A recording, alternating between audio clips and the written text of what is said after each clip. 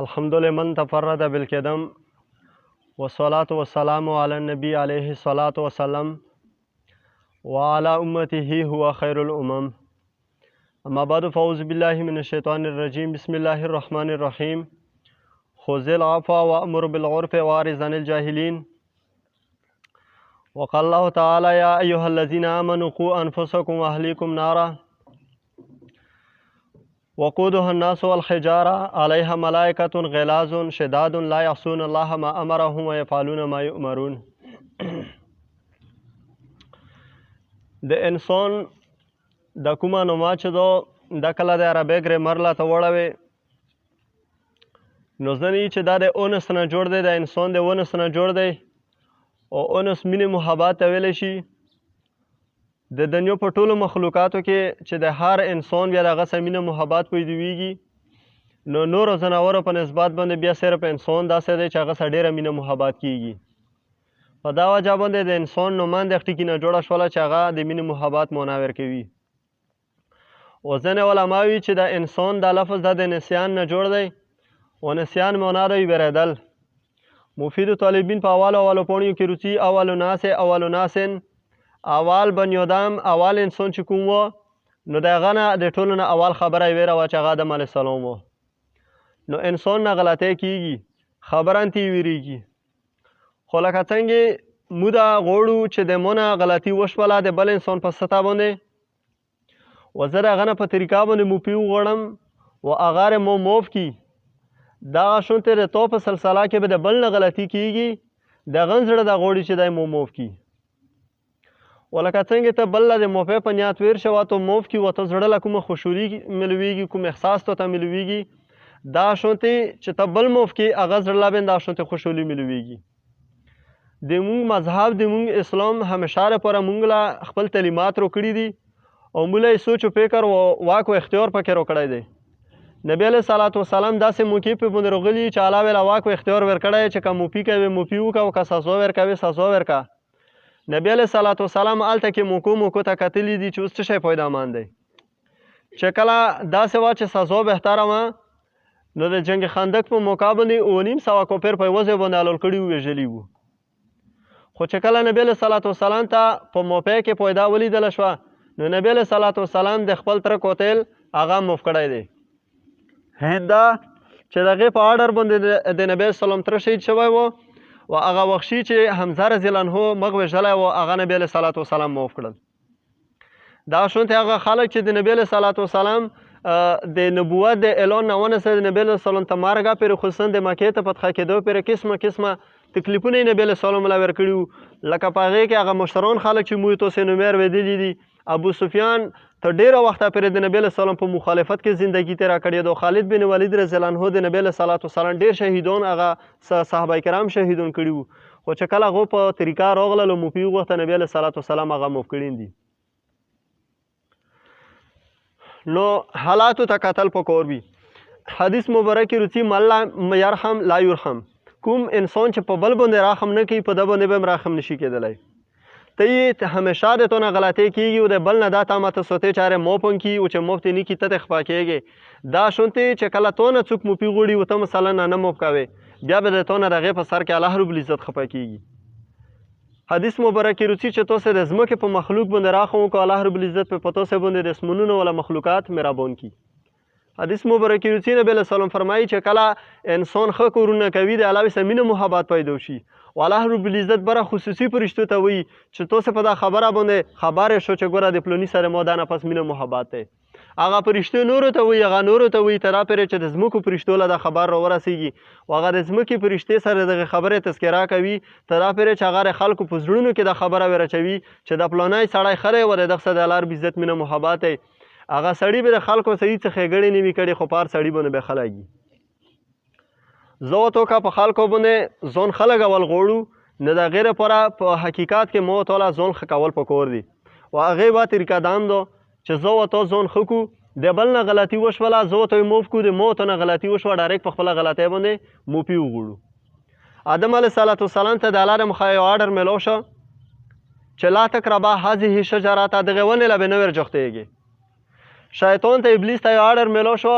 سره د فرشتو چې اسجدوا لآدم آدم علیه السلام ته سجده وکړو دواړو لا آرډر میلاو شوی دی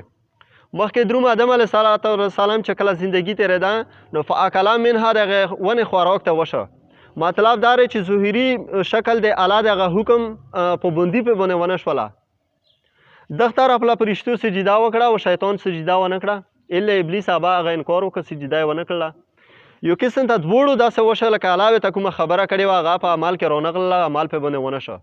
مخکې درومه چې کله الله رب العزت د شیطان نه پوښتنه کوي چې تو ته مې ویلي چې سجده وکړه څه لا دی مو خبره ونه منله نو شیطان ورته خپله ایګو خپل دلایل مخې ته کړل چې زه ته ښه یم څه لا ورته سجده کوم و چې کله د آدم علیه السلام نه پوښتنه کوي چې تو ته مو ویلي چې دا ونه مه خوره او ته وخوړله څه لا دې وخوړله نو هغه ورته وایي چې غلطي رونه وشوه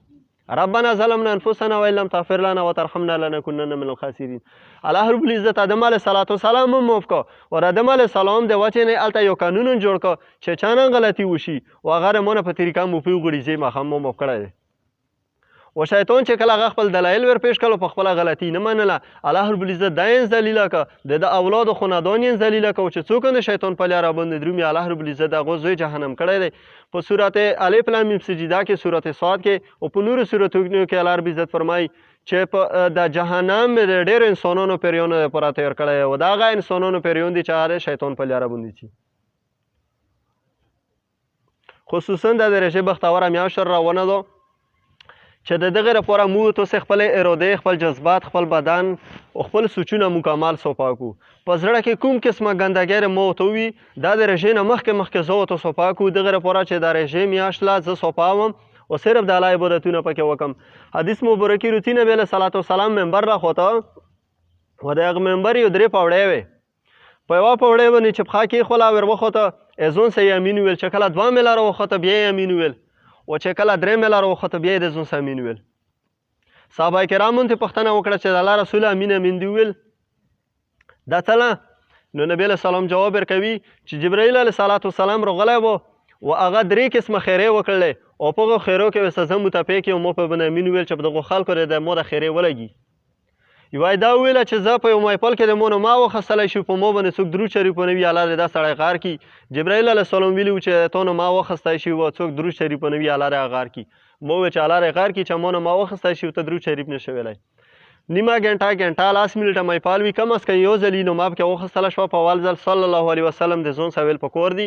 بار بار اخسته شي که اخسته رې ثواب دې پې کېږي که بیا نه اخسته خیر دې بیا رې په هغه ګناه نه کېږي او بل دویمه خیره یې چې وکړله چې د یوه انسان عمر داسې حد له ورسیږي چې د ده مور پلار د ده خدمات له محتاجه وي مجبوره ورته وي او دی د مور پلار په خدمتونو خپل ځان په علاوه نه بخي دا سړی د الله غار کوته وکړي دا رقم مقابل الله ورکړی و الله صحیبت الله چې مو ویل چې دا سړی غار شي ښه دی و درېیم یې ویل چې په یوه انسان باندې د رژې دا بختوره میاشت تېره شي و دی پکې خپل غلط کورونه پرېنږدي او ښه کورونه پکې دومره زیات ونه کړي چې د الله رحم دله متوجه شي او په الله باندې ځان ونه بخي چې مو ویل چې دومره بختوره میاشت په یو سړي باندې تېره شي او دی بیا هم په هغې کې ګناهونه کوي او هغه تېرو ګناهونه یې 12 میاشتو باندې توبه ونه باسي پرېږده چې سړی غار کوته بوشي نو موږ تاسې په زړونو کې چې څه قسمه یو بل ته نفرتونه وي کینې وي غوستاخۍ وي ختم کړو بجلیګر استاد باره کې روتي چې یو وړکی و و هغه کلي له ورغی دی ویله و کلي ولته یې وویل چې زه په دا باندې علم کوم هغوی ته ویلي چې دا خرچه او دغی لګي ورته ویلې چې خرچې هر څه په ما خو مکمل علم زه په دغه باندې کوم بوی ته مدرسې له داخل یې که ټایم په ټایم یې دغه معلومات کول کتابونو چې څه خرچه یې لګېده ده به ورکوله ته دا پیرې چې په غویړ کې باندې علم مکمل کو مولانا شه ور هغې نه پاس یې بیا په یوه علاقه کې ورته جومات ونیوه جومات یې ورته ونیوه او په هغه جومات افتتاح ورته ده وکړله بیان یې ورته کوه ورته ویلې چې دا وړکی ته ما راوستلی دی که د تاسې څه خبره وه تاسې به ما ته اول خبره کوه دغه ته به ډایرکټ نه وي بس دا ما کاستی او بیا یې خلکو ته ویلي چې د وړکی پېژنو څوک دی د دغه وړکي پلار دا ما پلار وژلی و مولا به خلکو تل ویل چې بعد هلته وخله پلار خو یې مړ دی خو رشه رضوه یې وله خو ویل چې زه ملا یم او مولا د نبي علیه السلام تعلیمات ما خو له پراته دي مولا د خوا نه راکوي چې پلار د ما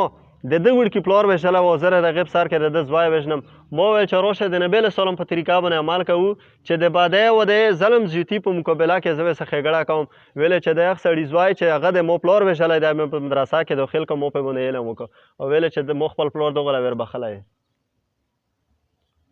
ته په الله یقین وکړه چې کله ته یو داسې سړی موف کې یوه داسې غلطي موف کې که نه چې د تو پر زړه کې ورته ور بال وي چې زه به دغه سړي باندې څه وکړم او ته یې کله موف کې ته بیا د زړه نه پوښتنه وکړه زړه به ګوره داسې سوړ وي په هغه شپه باندې به دله خوب ماشاءالله جوبه درځي واصف علي واصف صاحب رحم الله باری کې روسي چې هغه نه وارث چا پوښتنه وکړه ورته ویل چې یو سړی دی و د هغه نه ته ډېر زیات خفه یې و الله رب العزت د قیامت په ورځ باندې تو خپلې مخې له ودروي ته وایي چې واصف علي بیا په زړه د څاره باندې یو شی نه وغواړه چې بس نن یې قبول کړم نو واصف علي صاحب چې زه به ورته وایم الله ته چې کوم سړی ته د مور د وجې نه زه ته خفه یم او د مور د وجې نه ته جهنم له توغوې په جهنم کې سزا ورکوې د مور د وجې نه سړی جنت له بوځه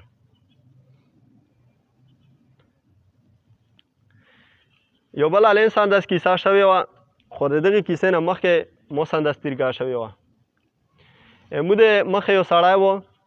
و هغه په زندګۍ مو سره پرسنلی خو نه خو لکه په څه طریقه په وسیتو باندې داسې ظلم زیاتي کړي وو داسې غلط کورونه یې کړي وو چې ګوره مفید مو ته په زړه نه راتله په هیڅ طریقه مو چې ته په سوچ کې دا نه راتله چې دغه سړي له به زه په زندګۍ موفي کوم مو ویل چې دا به زه نه موف کوم خو څه ټایم مخکې د څو ورځې مخکې کیسه رالاړلم و د هغه قبر له ورغلم و د قبر باندې ودرېدلم او ورته قبر له یې لګیا شوم ورته ویل مې چې تورې مو څه په زندګۍ څه کړي دي که سم دې که د مو پیښه یې خو کیدای شي بچي دې نه وي کیدای شي لمسي دې نه وي کیدای شي مړ یې د هغې نه پاس در پسې چا صورت یاسین هم نه وي ویلی درومه د الله د رضا پوره مې بخلی یې مو پوه شی ولاکه یې زه تاسې له نن دا خبره کوم ته نن صبحوي پرې که چا مو له زیاړې کړي وي که چا د مو بېزتي کړي وي د مو په مخ کې جګړه کړې وي زیاړې کړي وي بل ته په کومه خبره باندې ترې مو زړه خفه وي مو صرف د الله د رضا دپاره هر یو وړکی هغه کستر دی او که وړوکی دی چې څو رسټورنټونه مو د الله د رضا پوره موف کړي یو نه یې د تاسې نه شکریا غواړم نه یې د نه چا خبره چې زی پیسه غواړم هیڅ شی هیڅ دغنده نه کوم مطالبه صرف لله پله چې زه یې چې تاسې موف کړم کیدای شي الله رب العزت مو موف کړي الان کې تاسو ته چې کله چوټیونه کې دی د هغې نه مخکې مو خبره کړې وه چې په ډېرو خبرو زه د طالبانو نه خفه وم د هغه ټایم نه ته نن پرې مو نظري پیریډ نه اخیستی خو مو نه داسې یو ځل به طالبان نه غوله چې یاره سرجي بس مو د نه موفي غواړو خو لکه د مو نه موفي چا نه غوښتې مو ډېر وخته په ذهن کې دا و چې دغو ته به د غلطو احساس وشي خو یاره چا پې باندې مزغه نه خوږول بس صرف لله فله د الله د رضا لپاره مو هر طالب هر ویړکی هغه موف کړی دی موږ تاسو کوشش دا وکړو چې د بل په سابین دغه شونتې کېږي یوه غلطي به د هغه نه وشي هغه به ورسوچ نه وي یو سړی به غلطي وکړي د هغه به نیت نه وي چې غلطي وکړي خو وشي د انسان نه موږ تاسو هغه له موفي وکړو د نبي علیه السلام د المسیح په باره کې روسي د حسین رضی الله عنه باره کې چې وارث ولمانه راغلي وو ولمانه راغلي وو ډېر خصوصي ولمانه راغلي وو دغه د ولمانو لپاره ډېر خصوصي جمعې وغوڅې وې دا شونتې ولمانه ناستي یوه نوکاره یې وه و هغې د پیره کووني ګرمه پتیله په لاس کې داسې رونیولې وه و پتیله یې داسې کېښوله او بیا یې پیره کوونی ولمانو ته اچولو په ټوټیو کې نو هغه وینځ هغه کومه نوکاره یې چې وه د هغې پښه تینداک شوله چې پښه یې تینداک شوله ولوېدله او چې ولوېد هغه پتیله ټوله په حسین رضی الله عنه باندې ور واوښتله ځینې چې حسن رضی الله عنه خو د نبي صلی الله علیه لمسی و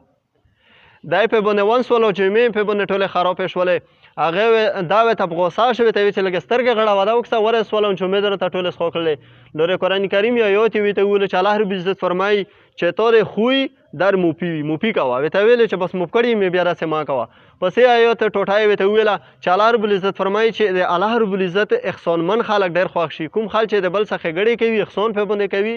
الله رب العزت داسې خلکو سره مینه محبت کوي ورته ویلې چې موف کړي مې یې په زړه کې من د څه ګیله نشته دی و د الله د رضا لپاره مې زوره کړي یې څه درومه هېڅ انسان نه یم بل له سبادي وکړي ولټه موله په کار داري چې دغه څخه وکړو دغه لپاره چې دغه په زړه کې کوم دور وي چې هره دا سینه چې ورته وروسته ورته څه منصوبه په ذهن کې وي چې هغه شک شبهین د زړه نه وځي او ما ته ګوره څو خبرې مې وکړلې الله رب العزت به دا خبرو د عمل کول توفیق نصیب کړي وصلی الله تعالی علی خیر خلق محمد و علیه وسلم